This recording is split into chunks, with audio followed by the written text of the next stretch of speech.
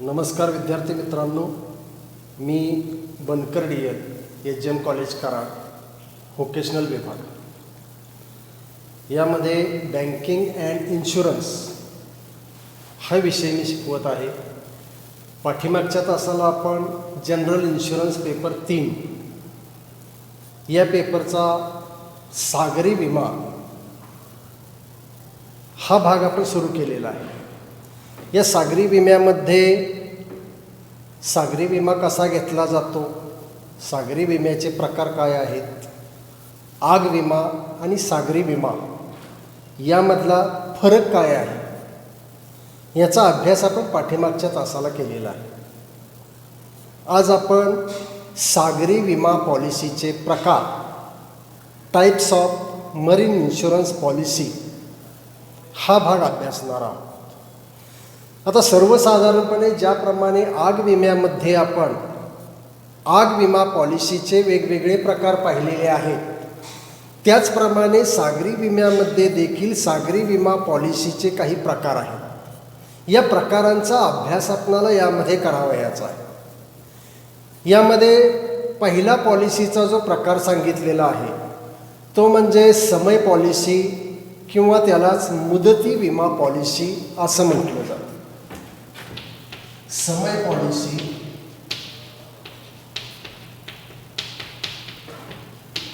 किंवा मुदती विमा पॉलिसी.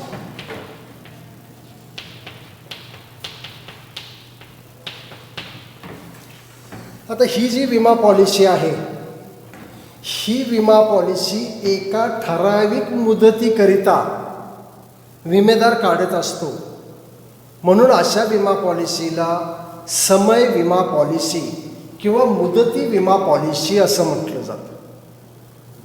या ठिकाणी सागरी मुदती विमा पॉलिसीचा कालावधी हा जास्तीत जास्त 12 महिने किंवा 1 वर्षाचा असतो.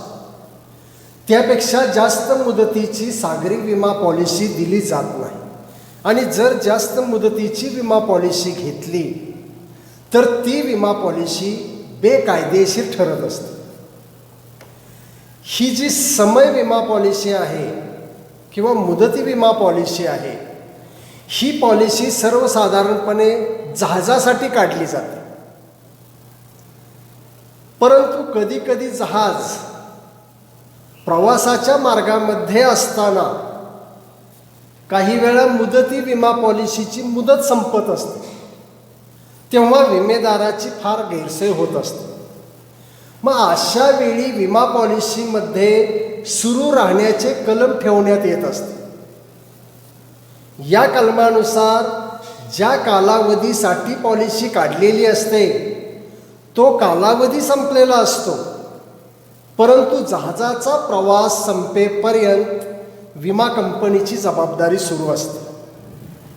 म्हणजे जहाज बंदरात येईपर्यंतच्या कालावधीमध्ये सवलत म्हणून विम्याची मुदत सुरू ठेवण्यात येत असते. विमेदाराने 1 वर्ष मुदतीची जर मुदती विमा पॉलिसी काढलेली असेल आणि जहाजाचा प्रवास सुरू झाला, 1 वर्ष संपलं तरी जहाज विशिष्ट ठिकाणी पोहोचलेलं नसेल, जहाजाचा प्रवास सुरूच असेल आणि अशा कालावधीमध्ये जर जहाजाला काही नुकसान पोचले तर झालेले नुकसानसुद्धा या पॉलिसीखाली विमा कंपनी भरून देत असते. तर अशी ही समय पॉलिसी किंवा मुदती विमा पॉलिसी जहाजासाठी काढण्यात येत असते. दुसरी पॉलिसी आहे प्रवास विमा पॉलिसी. प्रवास विमा पॉलिसी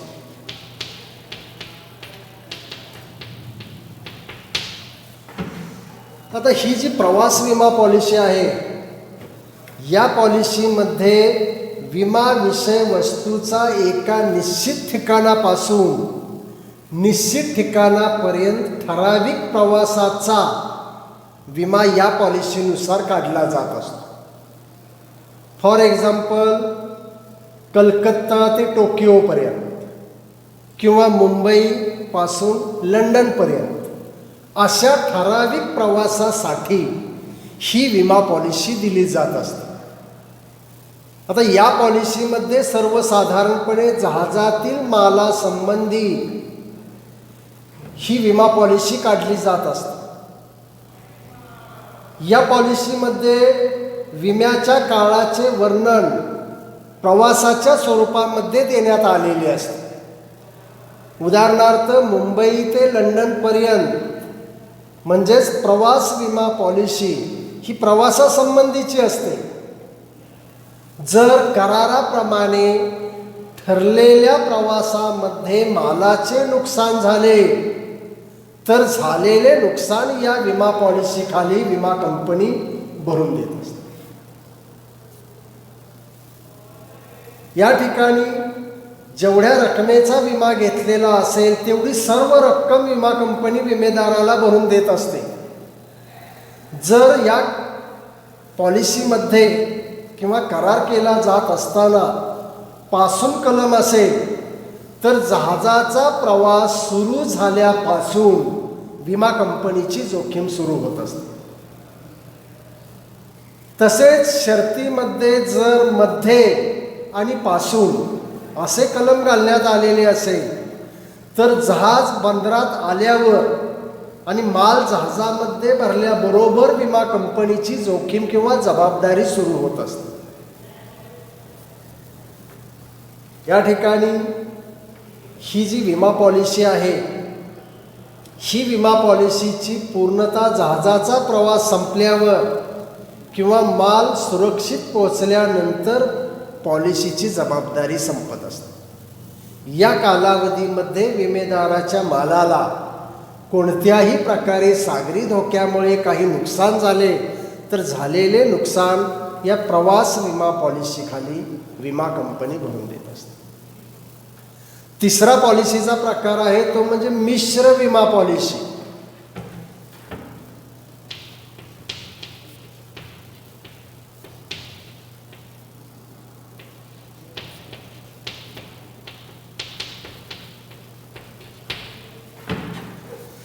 आता ही मिश्र विमा पॉलिसी ही सर्वसाधारणपणे समय विमा पॉलिसी आणि प्रवास विमा पॉलिसी या दोन पॉलिसींच्या संयोगातून ही निर्माण झालेली विमा पॉलिसी आहे.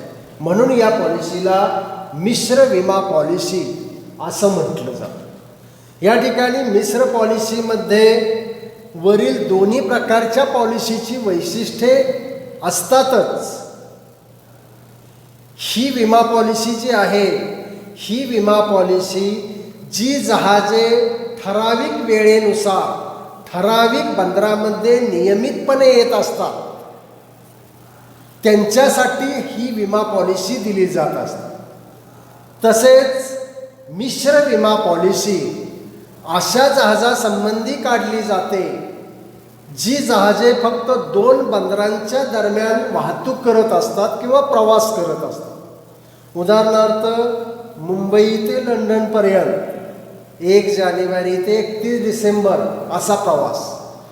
मग हा जो कालावधी दिलेला आहे या कालावधीच्या दरम्यान जर जहाजाचे काही नुकसान झाले किंवा विमेदाराच्या मालाचे काही नुकसान झाले तर झालेले नुकसान या मिश्र विमा पॉलिसीखाली विमा कंपनी भरून देत असते. चौथी पॉलिसी आहे मूल्यांकित विमा पॉलिसी. मूल्यांकित विमा पॉलिसी व्हॅल्यूड पॉलिसी असं देखील याला म्हटलं जातं. आता ही जी मूल्यांकित विमा पॉलिसी आहे ज्या पॉलिसीमध्ये मालाचे मूल्य किंवा किंमत स्पष्ट करण्यात आलेली असते अशा विमा पॉलिसीला मूल्यांकित विमा पॉलिसी असं म्हटलं जातं. म्हणजे जेव्हा विमेदार आपल्या मालाचा सागरी विमा विमा कंपनीकडे घेत असतो त्यावेळी त्याने विमा पॉलिसीमध्ये आपल्या मालमत्तेचे मूल्य स्पष्ट केलेले असते. निश्चित असे मूल्य त्यामध्ये देण्यात आलेले असते. म्हणून या विमा पॉलिसीला मूल्यांकित विमा पॉलिसी असं म्हटलं जातं. आता ही पॉलिसी घेतली जात असताना यामध्ये मालाची किंमत माल पाठविण्याचा खर्च, जहाजाचे भाडे, विमा हप्ता आणि 10 ते 15% पर्यंतचा नफा इत्यादी धरून मालाचे मूल्य निश्चित करण्यात आलेले असते. या मूल्यांकित विमा पॉलिसीमध्ये विमा उतरविलेल्या किमतीपेक्षा किंवा विमा उतरविलेल्या किमतीच्या आधारावर नुकसान भरपाई देण्यात येत असते. या मूल्यांकित पॉलिसीनुसार विमा उतरविला आणि माल संपूर्ण नष्ट झाला असेल तर विमेदाराने जेवढ्या रकमेचा विमा कंपनीकडे घेतलेला असेल तेवढी सर्व रक्कम या पॉलिसीनुसार नुकसान भरपाई म्हणून विमा कंपनी विमेदाराला देत असते. सध्या ही जी पॉलिसी आहे ही पॉलिसी मोठ्या प्रमाणावर उपयोगात आणली जाते किंवा बरेचसे व्यापारी ही विमा पॉलिसी घेत असतात. या पॉलिसीनुसार नुकसान भरपाईची रक्कम ठरविताना कोणताही त्रास होत नाही किंवा कोणतीही अडचण येत नाही. त्यामुळे बरेचसे व्यापारी ही विमा पॉलिसी किंवा मूल्यांकित विमा पॉलिसी घेत असतात. तर अशी ही मूल्यांकित विमा पॉलिसी आहे. पुढचा पॉलिसीचा प्रकार आहे मूल्यरहित विमा पॉलिसी. मूल्यरहित विमा पॉलिसी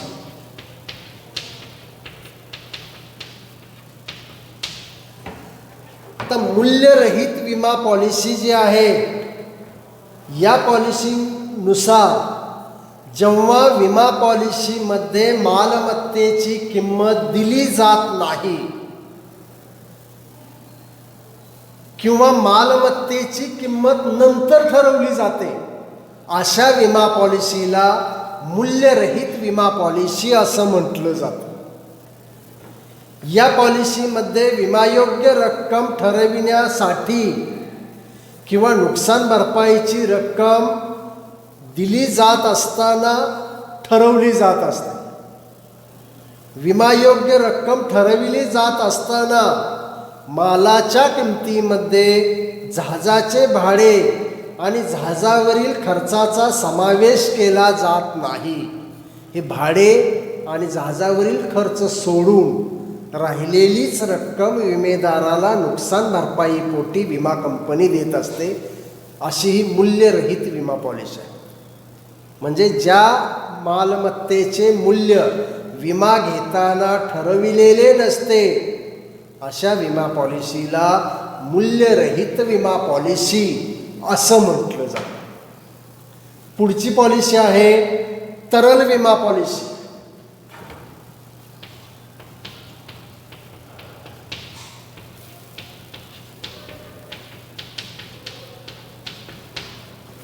फ्लोटिंग पॉलिसी.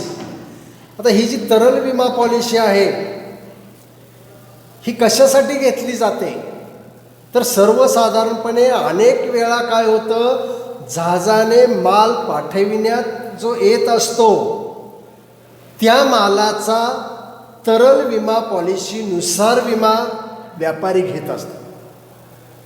या पॉलिसीनुसार एका ठराविक रकमेचा विमा उतरविला जात असतो. व्यापारी हा वर्षभर आपला माल जहाजाने पाठविणारा असतो व वर्षभर प्रत्येक वेळी विमा घेण्यापेक्षा एकदाच तो व्यापारी जादा रकमेचा विमा कंपनीकडे उतरवित असतो आणि असा विमा घेतल्यानंतर वर्षभर तो आपला माल जहाजामार्फत विमा कंपनीला पाठवत असतो. पॉलिसीची मुदत 1 वर्षानंतर संपणार असते. वर्ष पूर्ण झाल्यानंतरच या पॉलिसीची मुदत पूर्ण होत असते. मग विमेदाराने किती रकमेचा विमा वर्षभरात पाठवलेला आहे त्यानुसारच विमा कंपनी त्याला विमा हप्ता बसवत असते. जर एखाद्या वेळी जहाजाने माल पाठविला जात असताना मालाचे काही सागरी धोक्यामुळे नुकसान झाले तर झालेले नुकसान विमा कंपनी विमेदाराला भरून देत असते. वेळोवेळी जहाजाने जो माल पाठविण्यात येत असतो त्या मालाचे वर्णन, जहाजाचे नाव विमा कंपनीला विमेदाराने कळवावयाचे असते. मग अशा रीतीने विमा उतरविलेल्या रकमेच्या मर्यादेपर्यंत विमेदार आपला माल जहाजामार्फत पाठवू शकत असतो. आणि विमा पॉलिसीत जे काही ठरविण्यात आलेलं आहे त्या रकमेची मर्यादा जेव्हा संपत असते तेव्हा विमा पॉलिसीचं कार्य पूर्ण होत असतं. आता या पॉलिसीनुसार ही पॉलिसी कशासाठी घेतली जाते तर विमेदाराला नेहमी आपल्या मालाचा विमा घ्यावा लागू नये किंवा उतरवावा लागू नये, विमेदाराचा त्रास वाचावा या उद्देशाने तरल विमा पॉलिसी विमा कंपनीकडे घेतली जात असते. प्रत्येक वेळी माल पाठविला जात असताना मालाचा विमा उतरविण्याऐवजी या पॉलिसीनुसार ठराविक रकमेपर्यंतचा विमा एकाच वेळी विमेदार उतरवत असतो. सर्वसाधारणपणे या पॉलिसीचा उपयोग विदेशी व्यापारात मोठ्या प्रमाणावर केला जात असतो, कारण विदेशी व्यापारामध्ये मालाची खरेदी विक्री ही बऱ्याच वेळा होत असते. मग त्या अशा व्यापाऱ्यांच्यासाठी ही तरल विमा पॉलिसी अतिशय उपयुक्त अशी पॉलिसी आहे असं म्हटलं जातं. पुढची 7वी पॉलिसी आहे जहाज विमा पॉलिसी.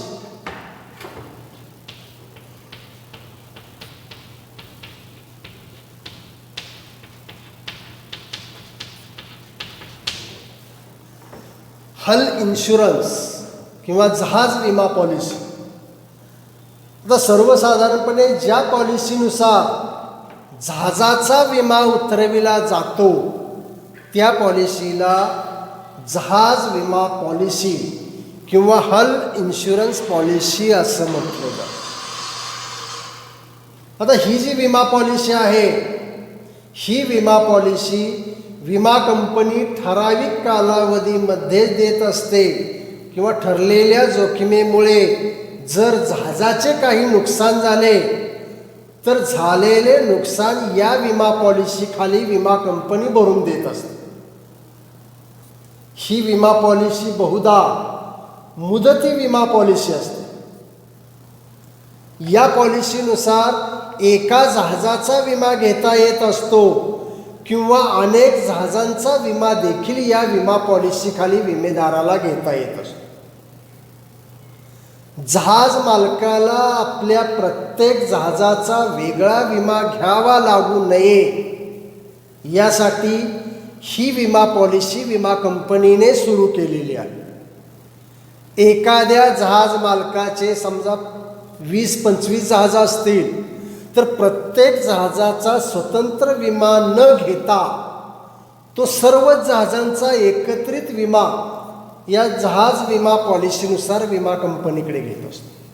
आणि मग अशा जहाजाचा प्रवास चालू झाल्यानंतर प्रवासामध्ये सागरी धोक्यामुळे जर काही जहाजाचे नुकसान झाले तर झालेले नुकसान या विमा पॉलिसीखाली विमा कंपनी भरून देत असते. पुढची 8वी पॉलिसी आहे जहाज भाडे विमा पॉलिसी. जहाज भाडे विमा पॉलिसी.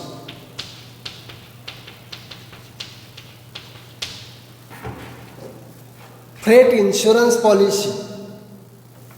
आता सर्वसाधारणपणे जहाजामार्फत माल पाठविला जात असताना माल पाठविणाऱ्या व्यापाऱ्याने आपले भाडे मालाचे भाडे अगोदरच जहाज कंपनीला दिलेले असते. मालाचे जे भाडे आहे हे मालाच्या विमा पॉलिसीमध्ये समाविष्ट होत असते.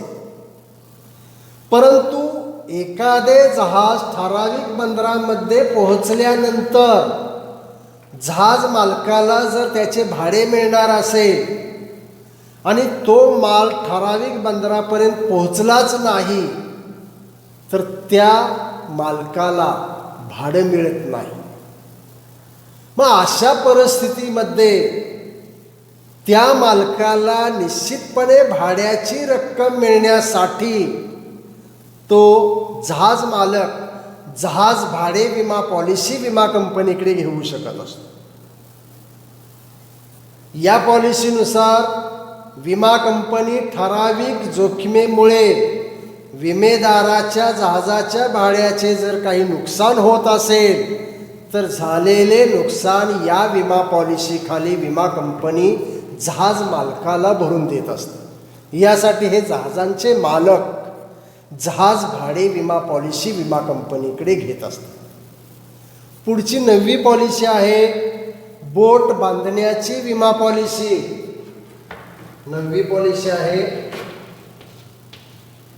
बोट बांधण्याची विमा पॉलिसी.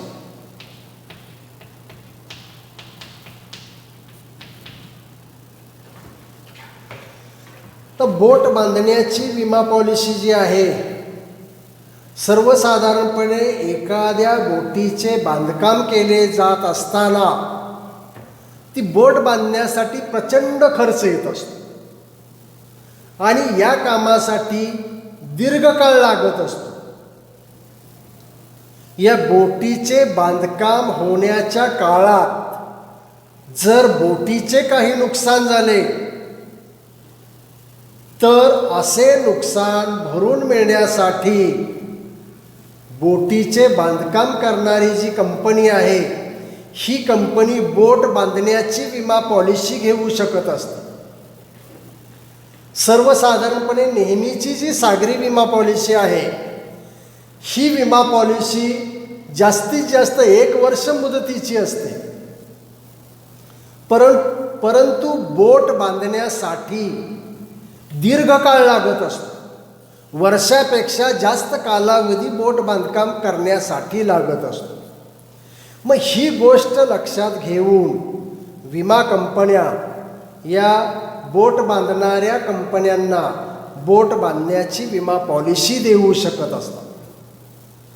या पॉलिसीत विम्याची मुदत लिहिली जात नाही, तर त्याऐवजी बोट बांधून होईपर्यंत किंवा बोट बांधून होईपर्यंतच्या काळात असा उल्लेख त्या पॉलिसीमध्ये केला जातो.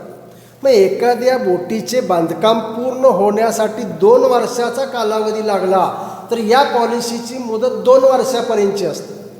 आता आपण बाकीच्या ज्या सागरी विमा पॉलिसी पाहिल्या, या पॉलिसीची मुदत जास्तीत जास्त 1 वर्षाची असते.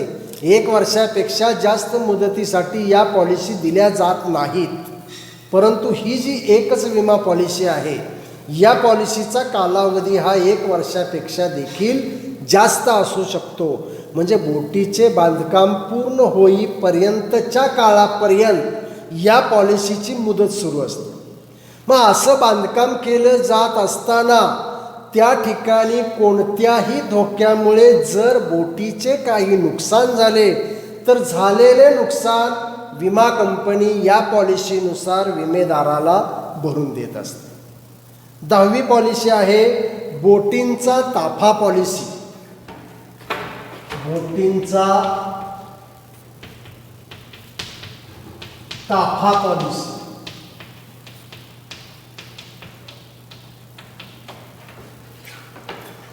तर बोटींचा ताफा पॉलिसी जी आहे, या पॉलिसी कशासाठी दिली जाते तर सर्वसाधारणपणे पूर्वीच्या काळी व्यक्तिगत मालकीची जहाजे असत. त्यावेळी व्यक्तिगत जहाज मालक आपल्या बोटीचा विमा कंपनीकडे घेत असत.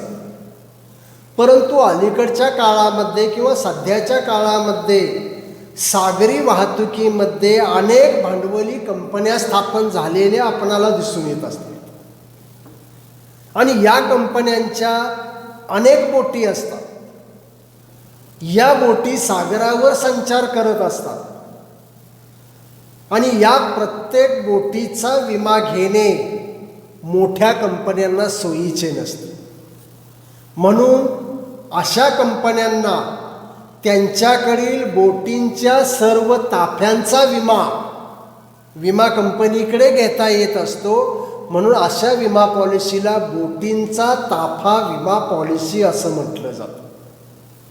या सर्व बोटींचा विमा एकाच विमा पॉलिसीखाली विमा कंपनी देत असते. अर्थात सर्व बोटी एकाच कंपनीच्या मालकीच्या असल्या पाहिजेत आणि सर्व बोटींचा तपशील विमा कंपनीला विमेदाराने किंवा बोटीच्या मालकाने देणं आवश्यक आहे. मग अशा विम्याची रक्कम ही मोठी असल्यामुळे कंपनीने दाखविलेल्या किमतीपेक्षा जर एखाद्या जहाजाचं काही नुकसान झालं तर ते नुकसान विमा कंपनी भरून देत असते, परंतु त्या बोटीच्या किमतीपेक्षा थोडी कमी किंमत विमा कंपनी विमेदाराला देत असते. म्हणजे बोटीच्या मालकाला आपल्या प्रत्येक बोटीचा स्वतंत्र विमा घ्यावा लागू नये यासाठी बोटींच्या सर्व ताफ्याचा विमा, म्हणजे समजा एखाद्या कंपनीच्या मालकीच्या 100 बोटी असतील तर 100 बोटींचा एकत्रित विमा एकाच विमा पॉलिसीखाली विमा कंपनी देत असते. आणि या 100 बोटी सागरावर संचार करत असतात. यापैकी एखाद्या बोटीचे सागरी धोक्यामुळे जर काही नुकसान झाले तर झालेले नुकसान विमा कंपनी त्या जहाज मालकाला भरून देत असते. 11वी विमा पॉलिसी आहे PPI पॉलिसी.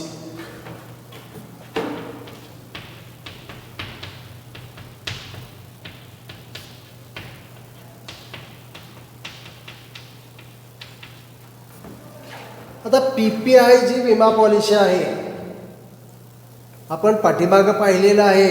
सागरी विमा घेताना किंवा अग्नी विमा घेताना ज्या मालाचा विमेदाराला विमा घ्यावयाचा आहे त्या मालामध्ये विमेदाराला विमेय हित असलं पाहिजे. जर विमेहित नसेल तर विम्याचा करार हा बेकायदेशीर ठरत असतो. असा करार बेकायदेशीर ठरल्यामुळे विमेदार कोर्टामध्ये दावा दाखल करू शकत नाही, परंतु त्यामुळे व्यवहारामध्ये अडचणी येत असतात किंवा अडचणी निर्माण होत असतात.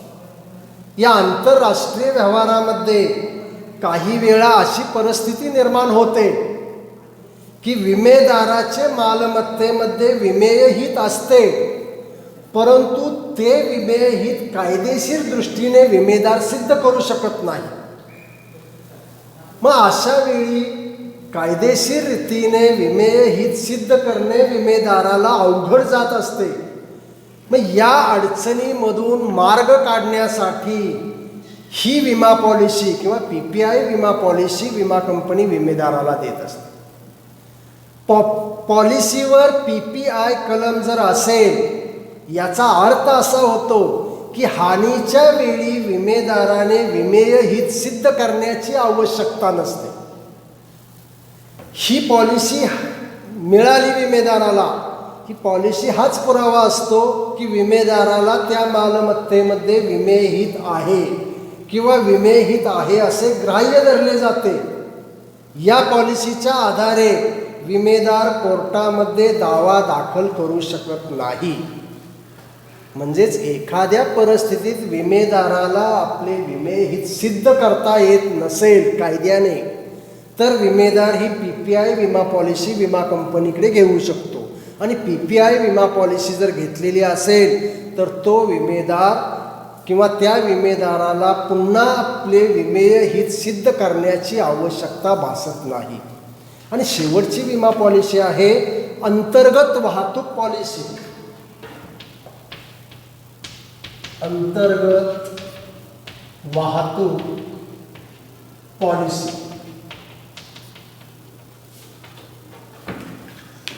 आता अंतर्गत वाहतूक विमा पॉलिसी जी आहे ही पॉलिसी कशासाठी दिली जाते तर मालाची एकाच देशामध्ये जी अंतर्गत वाहतूक होत असते अशा अंतर्गत वाहतुकीसाठी मालाचा विमा सागरी विमा कंपन्या देत असतात.